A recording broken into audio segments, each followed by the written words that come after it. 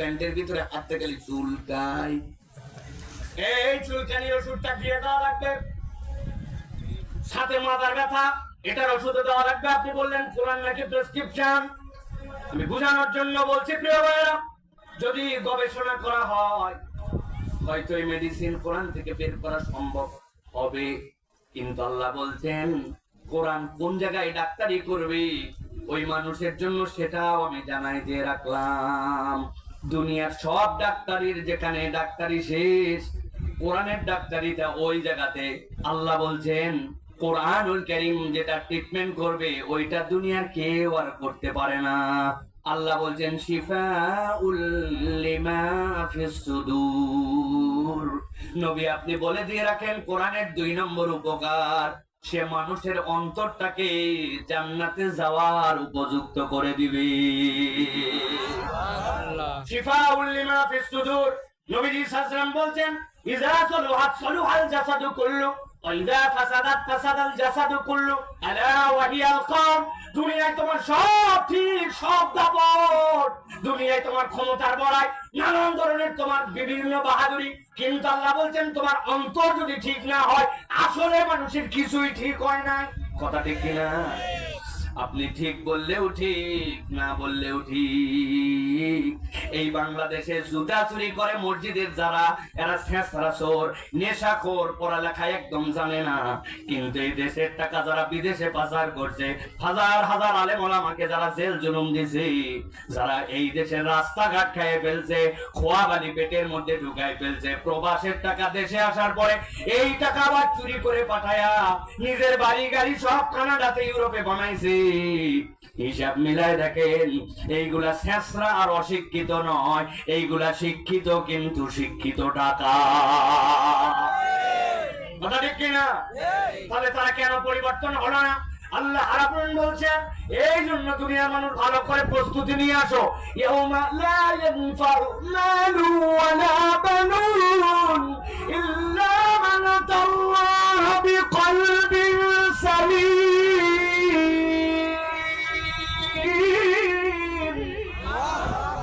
আল্লাহ রাব্বুল বলছেন ওই দিন যাওয়ার পরে তোমার কোনো ক্ষমতা, তোমার কোনো প্রভাব, মাঠে ঘের কয়টা ছিল, কত বিঘা জমির মালিক, এই সিজনে কতটুকু ধান চলছ, তোমার কত বছর পর্যন্ত ক্ষমতায় ছিল, দাপট কি ছিল, একটাও কাজ দিবে না। আল্লাহ বলছেন কলবে সালিম নিয়ে আসো, মুসলমান হয়ে আসো, স্যারেন্ডার করে আসো। আল্লাহ বলতেছেন ওই স্যারেন্ডার দুনিয়ার কোনো ডাক্তার তোমাকে করাতে পারবে না, কোরআনুল কারীম ছাড়া তোমার অন্তর পরিবর্তন করা সম্ভব নয়। একটা উদাহরণ দিব, সারা জীবন মাথার মধ্যে ঢুকায় রাখা লাগবে। কবি মনোযোগে ভালো করে বোঝেন। আপনাদের এই এলাকার একটা ছেলে পেপার পড়তেছে, পড়তে পড়তে দেখে সেনাবাহিনীতে লোক নিবে। ওরে বাবারে বাবা, নরমাল তো লোক নিবে না, লোক নিবে সেকেন্ড লেফটেন্যান্ট। সেকেন্ড লেফটেন্যান্ট মানে কমিশন র্যাঙ্ক, আস্তে করে কর্নেল, ব্রিগেডিয়ার জেনারেল, সেই রকম র্যাঙ্কে যাওয়া যাবে। আর সিপাহী হিসাবে ঢুকলে ও সারা জীবন চাকরি করে ওয়ারেন্ট অফিসার, এর উপরে আর কোনো র্যাঙ্ক নাই। দেখছে কি কি লাগবে, সেকেন্ড লেফটেন্যান্ট হিসেবে সেনাবাহিনীতে ঢুকতে হলে প্রাথমিক 4টা জিনিস লাগবে।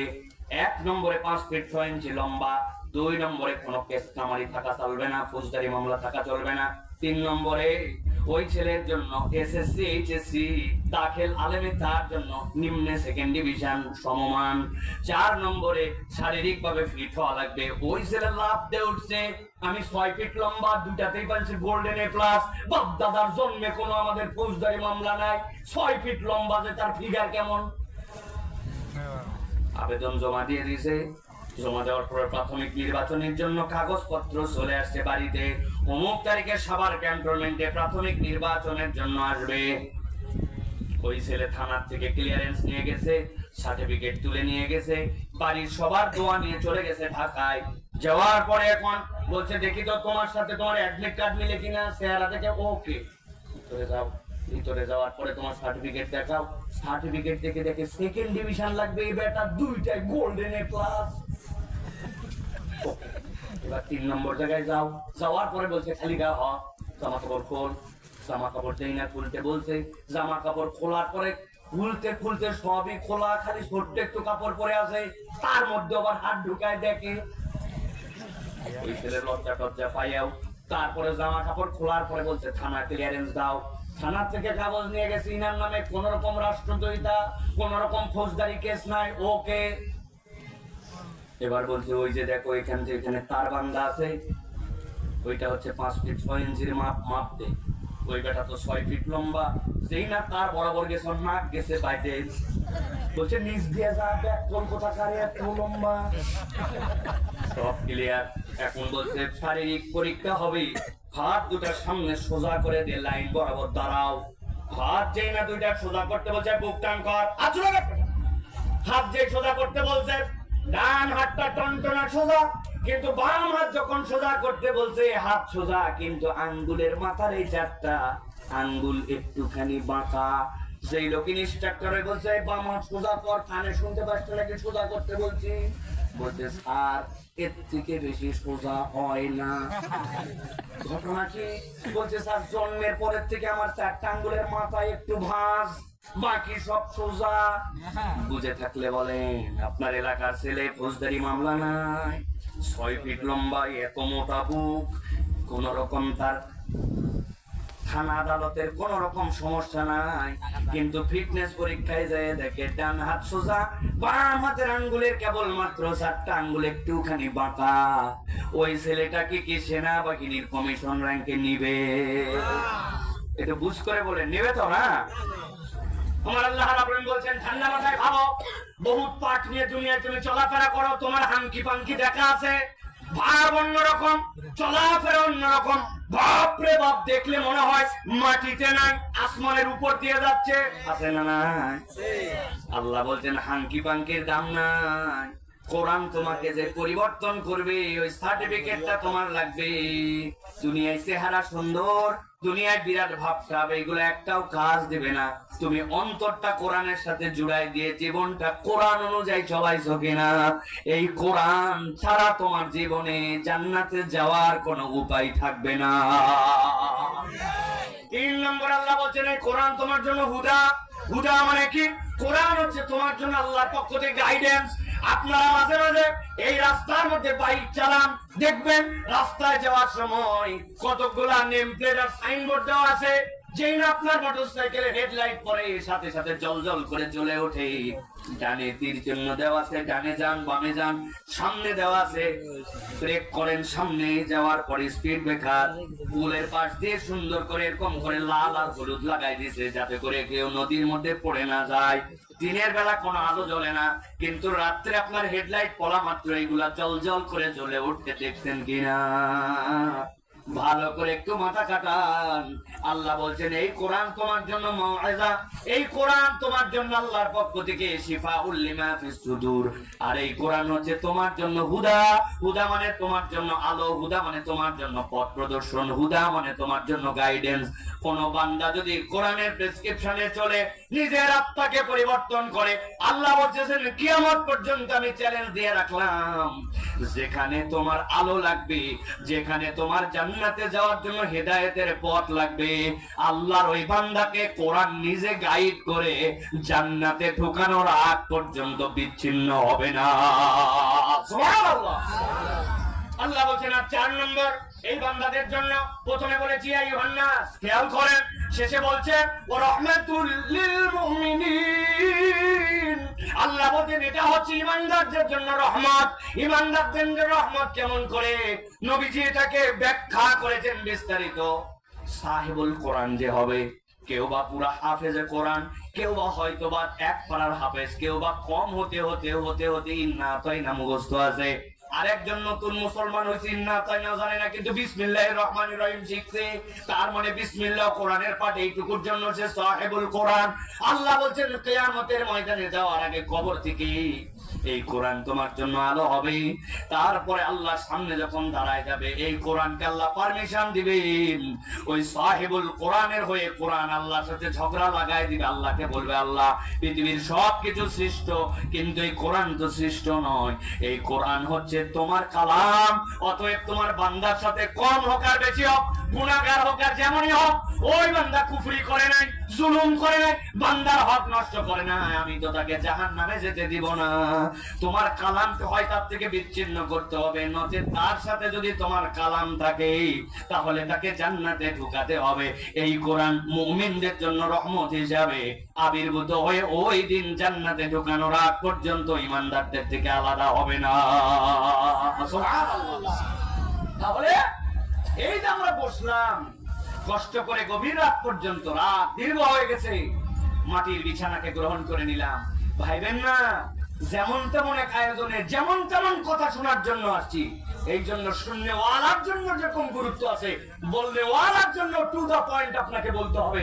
আপনি আসলেন আগা নাই গোড়া নাই, এলো মেলো যা ইচ্ছা তাই আজগুবি সময় কাটানোর জন্য বলে চলে গেলেন, তাহলে যে বক্তা তাকেও হিসাব দিতে হবে, আর শূন্য ওয়ালা সুযোগ থাকার পরে যদি না আসে তাকেও হিসাব বরাবর করা লাগবে। কথাটা কি না? এই জন্য আমরা কুরআনুল কারীম শোনার জন্য আসছি। এবার বলেন তো তাহলে একটু আন্তরিক ভাবে শুনলে লাভ আছে না নাই? কম না বেশি? বুঝে না না বুঝে?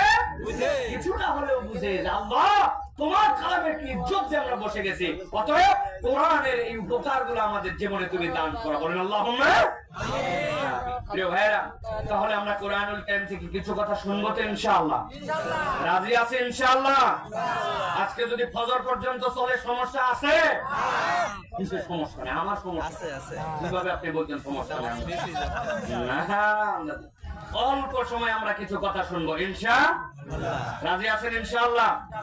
মুরব্বি যারা আছেন বাবা, আপনাদের জন্য ছুটি ঘোষণা করা হলো। আপনাদের এত রাত পর্যন্ত থাকার কোনো দরকার নেই, কারণ আজকে আপনাদের ওয়াজ হবে না বাবা। আজকে যা ওয়াজ হবে শুধু ইয়াং আর তরুণদের জন্য, যাদের বয়স 40-এর নিচে। আপনারা থাকলে ভালো, না থাকলেও সমস্যা। তবে আপনারা গেলে আবার ঝামেলা আছে। আমি তো চাচ্ছি আপনাদের দেখছি সিরিয়াল দিয়ে চাবি দিয়ে সব চলে আসে, আপনি যায় বসে থাকা লাগবে বারান্দা, ঘরের চাবি নাই তো আপনার। তার থেকে ভালো এখানে বসে থাকা, ঠিক না? মায়েরা বোনেরা দেখলাম মশারি নিয়ে আসতেছে ওয়াজ শুনতে, বুঝলাম না সারা রাতের প্রস্তুতি নাকি? বালিশও নিয়ে আসতে দেখলাম কয়েকজনকে, শুয়ে শুনবে নাকি রে ব্যাপার? সুবহানাল্লাহ। আমরা তাহলে কোরআনুল কারীম শোনার জন্য তরুণ যুবকেরা আসল ভাইরা যারা কারা আছে দেখে দুটো হাত একটু উঁচু করে দেখাও। থামো থামো থামো বাবা, থামো থামো থামো, হাতগুলো নামাতে বলি নাই, আমি হাত তুলে আছে আপনি নামাই ফেললেন, কি ব্যাপার? আমি কি মুরব্বীদের হাত তুলছে বলছি? ওনার যদি হাতে হিম্মত থাকে তো তুলবে, কিন্তু ইয়াংদেরকে হাত তুলতে বলছে। হাত তুলছেন সবাই? আপনারা হাত নামান। আপনাদের খুলনার এই অঞ্চলে হাত সোজা করা মানে কি এরকম এরকম? আবার কাউকে কাউকে দেখতে এরকম নাকি? হাত সোজা করা যদি এরকম হয়, মেম্বার সাহেব হাসতেছে, তার মানে উনি বুঝছে হাত সোজা করা এরকম না এলাকায়। হাত যদি সোজা করে এরকম হয় তো টান টান করে হাত দুটো সোজা করেন। বসে সবাই কিন্তু কারা কারা সোজা করতে পারে নাই হাতগুলো তুলে দেন, একটু ধরে দেন। সোজা হয়েছে সবাই, হাত সোজা সোজা একদম সোজা করেন। এবার নড়া চড়া দেন, একটু জোরে জোরে নড়া চড়া দেন, জোরে। হ্যাঁ, এবার হাত সোজা করেন, সোজা। ডানে মনে তাকায় দেখেন কারা কারা ফেল করছে হাত তুলতে। যুবকরা তো নাই, সামনে মিস করতেছে, 10 বছর বয়সে। আর সোজা হয়েছে সবগুলা। এবার পিছনে টানা দেন, পিছনে। এবার একটু ডানে, এবার একটু বামে, এবার একটু সামনে দেন, সামনে দিয়ে এবার সোজা করেন, সোজা করে এবার গলাটা পরিষ্কার দেন। ডানে একবার তাকায় দেখেন কারা তোলে নাই, দেখে নেন একবার। এবার বামে একবার তাকান। হ্যাঁ, চেহারাগুলো মনে রাখবেন কিন্তু, ঠিক আছে না? ইয়াংদের চেহারা মনে রাখবো। আচ্ছা দাও তো দেবা, গলাটা পরিষ্কার দেন। এবার বুক বরাবর নেন, এই বরাবর হাত নেন। এবার আমরা একটা আকাশ বাতাস মুখরিত করে একটা তাকবীর দিতে চাই, পারবেন ইনশাআল্লাহ? এই ইচ্ছা তাকবীর বাপ দাদার জন্মে দেন না, এরকম একটা তাকবীর দিতে হবে, পারবেন ইনশাআল্লাহ? উদারে ইনশাআল্লাহ বলেন না। বহুত ফাঁকিবাজ আমি দেখছি বিভিন্ন জায়গায়। সেদিন কোন মাহফিলে গেছি, যাইয়া পাম করতে দিছি, আরে আল্লাহর জন্য একটা তাকবীর দিল। শীতের মধ্যে মাহফিল, লোকজন জমে ক্ষীর হয়ে গেছেন আল্লাহর জন্য, নবীর জন্য, ইসলামের জন্য, নিজের ইমানের জন্য। আরে পাম পাম দিয়ে আমি বলছি লিল্লাহি তাকবীর। সামনে এক মুরব্বি ছিল, দেখে উত্তর দিছে আল্লাহু আকবার। ওই দিন আমার বিশ্বাস হয়েছে আসলে পাম দিয়ে কাম অসম্ভব। পাম যদি দিয়ে কামড়, এই মুরব্বী এরকম একেবারে ভলটিউব ছাড়া তদবির দেয়। ভলটিউব ছাড়া আপনাদের টিউব চলে না? আহা, এরকম একটা আওয়াজ দিয়ে তাকবীর দিতে হবে। পারবেন ইনশাআল্লাহ? রেডি আছেন সবাই? দেখে আমি যখন বলবো বুকের হাত নামাই ফেলছেন নাকি আপনারা? ভাই আপনারা বসতে কি সমস্যা আছে ভাই? পরীক্ষা করা তো হয়ে গেছে আমাদের, নতুন করে তো কোনো পরীক্ষা নাই। আসেন সামনে চলে আসেন। তাও বলে দাঁড়ায়, আরে ভাই তোমাদের জন্য ওয়াজ করবো বলতেছি, আসো। যখন মন চায় উঠে চলে যায়। এই হুজুর ওই হুজুর না যে ওয়াজের করে শেষ করে দেওয়া লাগবে, না গেলে তোমার ঈমান চলে যাবে। যখন খারাপ লাগবে কোরআন খারাপ মন নিয়ে শোনা যাবে না। তোমার দিল জানে না তুমি চলে যাবা। তোমাকে কোরআন জোর করে থাকতে বলে নাই, থাকলে লাভ আছে। এই কোরআন তোমাকে জান্নাতে নামাই নেবে। ঠিক না? মেলা থাকলে তোমাকে জান্নাতে নিয়ে যাবে না। কোরআনের জন্য মেলার আয়োজন, আর তোমার দিলের মধ্যে একবার টানলো না। তুমি মাঠের মধ্যে বিড়ি ফুকাও, বন্ধু নিয়ে আড্ডা মানো, আর কোরআনের ময়দানে তুমি আসো না। আল্লাহর কাছে হিসাব বরাবর করা লাগবে। ঠিক না? খাও, তুমি পাপড় দেখো নাই, তুমি জীবনে মনিহারের দোকান দেখো নাই, চটপটি দেখো নাই, লজ্জা করে না তোমার? রাত 11টা, তারপরে তুমি ওয়াজে আসো না। কপাল পোড়া। ঠিক না? একজন জনের ভিতরে না ঢোকে। পেছনের দিকে খেয়াল রাখবেন, একজন প্যান্ডেলের গন্ডির মধ্যে যেন না আসে। তুমি সোজা মেলার থেকে বাড়ি যাবা। মিথ্যা কথা বলে তুমি আসছো, বলছো মা ওয়াজের যাচ্ছি, আর তুমি বন্ধু নিয়ে বিড়ি খাও আর মেলার মধ্যে আড্ডাবাজি করো। ঠান্ডা কোথাকার তুমি? আল্লাহর কাছে তোমার হিসাব বরাবর করা লাগবে। জীবনে এখনো অনেক হিসাব বাকি আছে। এখনো বিয়ে করো নাই, বাচ্চা কাচ্চা হয় নাই, চাকরি বাকরি করা লাগবে, নিজের নামে 1 কাঠা জমি নাই, বিদেশে যাওয়ার প্ল্যান করতেছ, বউ নিয়ে সুখের সংসারের স্বপ্ন দেখতেছ, বহু ঠেলা বাকি আছে। হবে আজকে শেষে তাদের জন্য ইনশাআল্লাহ। আমরাও দেখবো ইনশাআল্লাহ খেলা কোন দিকে ঘুরে। একজন তো খালি বলছিল খেলা হবে খেলা হবে, এখন একবারে অসুস্থ। আজকের খেলা সেই খেলা না, আজকের খেলা ফাইনাল খেলা। রাজি আছেন তো ইনশাআল্লাহ? আজকে বুকেতে নামাই ফেলছেন নাকি আপনারা? আপনারা বুঝে ফেলছেন। রেডি সবাই? ইনশাআল্লাহ আমরা একটা তাকবীর দেব ইনশাআল্লাহ। রেডি আছেন না সবাই ইনশাআল্লাহ? এই বরাবর লিল্লাহি তাকবীর বলে আসমানের দিকে ছুড়ে দিয়ে আল্লাহু আকবার। এই যে লাইট জ্বালায় যারা আসতেছে, খবর আছে কিন্তু বলে দিলাম, ভিতরে ঢুকলে ওই যে সোজা পিছনে চলে যান, একজন যেন ঢুকতে না পারে। লাইট জ্বালায় তুমি এতক্ষণ পরে না, খেয়াল করেন তো এরা কার ছেলে, কোন বাড়ির ছেলে, খেয়াল করেন আপনারা। লাইট বন্ধ করো তাড়াতাড়ি, বেটা সব চিনে ফেলবে তোমাদের। সরাসরি বাজার করে দিক চলে যাবো। ওয়াজের মাহফিলে তো কোনো লোক না ঢোকে। রেডি সবাই? তাকবীর হবে তো ইনশাআল্লাহ? আমি বলবো লিল্লাহি তাকবীর, আপনারা আসমানের দিকে হাত ছুড়ে দিয়ে বলবেন আল্লাহু আকবার। রেডি? দেখে একটা তাকবীর দেন। লিল্লাহি তাকবীর, আল্লাহু আকবার, লিল্লাহি তাকবীর, আল্লাহু আকবার। আল কোরআনের আলো, আল হাদিসের আলো, তোমার নেতা আমার নেতা, তোমার নেতা আমার নেতা, আলেম ওলামা যেখানে, আল্লাহর আইন যেখানে, কোরআন সুন্নাহ যেখানে, গান বাজনা যেখানে, মদ গাঁজা যেখানে, ঠান্ডাবাজি যেখানে, চান্দাবাজ যেখানে, অন্যায় অসভ্যতা যেখানে, লিল্লাহি